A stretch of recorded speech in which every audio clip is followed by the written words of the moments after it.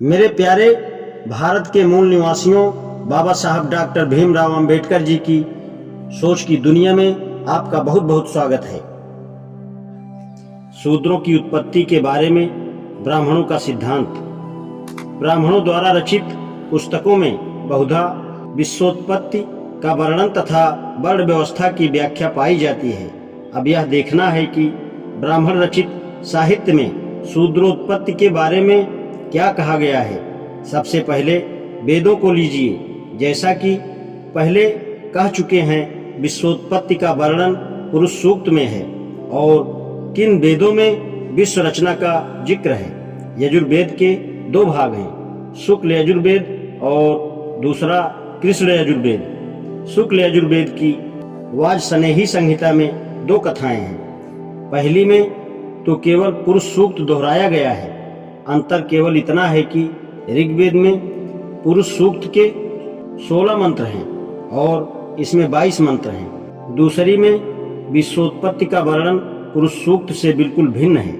वाजसनेयी संहिता 14 से 28, उसने 1 से स्तुति की तो सब जीव पैदा हुए और ब्राह्मणस्पति स्वामी हुए। 5 से स्तुति की तो संपूर्ण पदार्थ बने, भूतानाम धिपति स्वामी हुए। 7 से स्तुति की तो सप्तर्षि पैदा हुए, धात्री स्वामी हुए। 9 से स्तुति की तो पिता पैदा हुए, अदिति स्वामी पैदा हुए। 11 से स्तुति की तो मौसम बने, आर्तव स्वामी हुए। 13 से स्तुति की तो महीने बने, वर्ष स्वामी बने। 15 से स्तुति की तो क्षत्रिय बने, इंद्र स्वामी हुए। 17 से स्तुति की तो पशु बने, बृहस्पति स्वामी हुए। 19 से स्तुति की तो शूद्र तथा वैश्य उत्पन्न हुए, अहोरात्रि स्वामी हुए। कृष्ण यजुर्वेद की तैत्तिरीय संहिता में 5 वर्णन मिलते हैं। उनमें से एक तो वही है जो वाजसनेयी संहिता ने बताया है।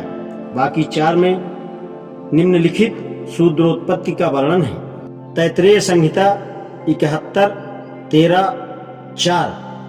बृहस्पति ने सृजन की इच्छा की, अपने मुख से निवृत्ति को उत्पन्न किया और फिर देवताओं में अग्नि, छंदों में गायत्री, समन में रथांतर, मनुष्य में ब्राह्मण और पशुओं में बकरे को बनाया।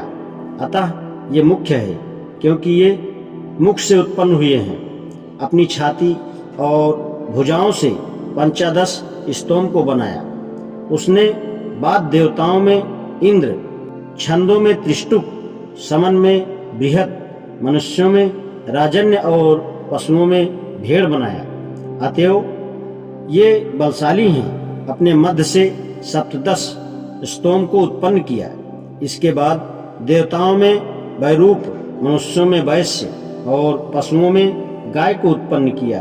अतएव इनका भोग किया जाता है क्योंकि वे उदर बनाए गए हैं। अपने पेट से एक 20 स्तोम को सृजा।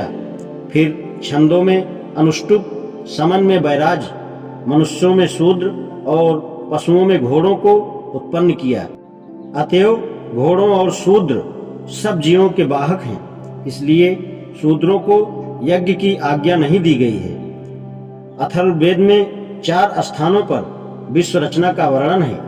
एक जगह तो पुरुष सूक्त ही को दोहराया है और बाकी 3 में शूद्रोत्पत्ति का कोई वर्णन नहीं है। अब ब्राह्मणों को लीजिए।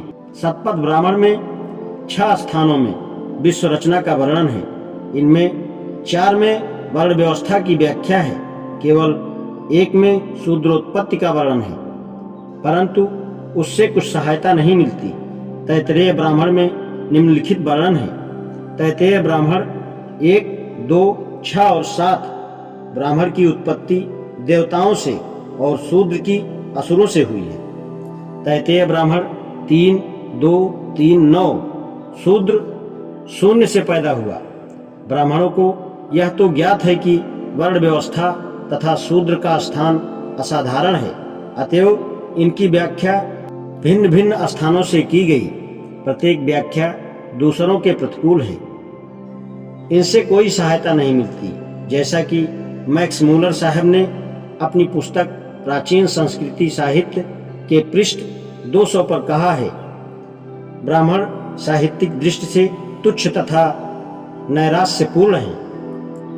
आज इतना ही, शेष कल। धन्यवाद।